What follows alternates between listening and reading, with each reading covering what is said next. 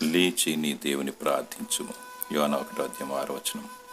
ప్రవక్త అయిన యోనా దేవుడు చెప్పింది చేయక అవిధేయతతో తార్షీషుకు వెళ్లే ఓడని ఎక్కి దిగువ భాగంలో నిర్భయంగా నిద్రపోవచుండగా యెహోవా దేవుడు పెద్ద గాలి తుఫాను పుట్టించాడు. ఓడ బ్రద్దలో ఉన్నంతగా చెలరేగను.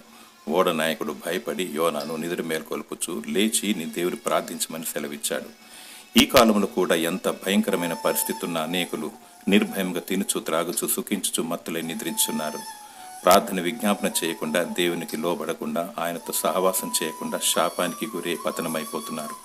దేవుడు తన కృప ద్వారా ఇంటిలోనే ఉండి దివారాత్రములు ఆయనలో సమయం గడుపుటకు గొప్ప అవకాశం ఇచ్చాడు.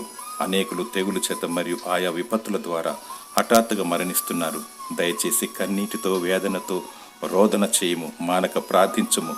ప్రపంచ నాయకుల కొరకు, సర్వ ప్రజల కొరకు స్వస్థత రక్షణ కలగాలని ప్రార్థన విజ్ఞాపన చేయము. దేవుని సన్నిధిలో గడుపుము. ప్రభు రాకడకై సిద్ధముగా ఉండుము. దేవుడు నీ మొరను ఆలకించి నిన్ను దీవించునుగాక. ఆమెన్.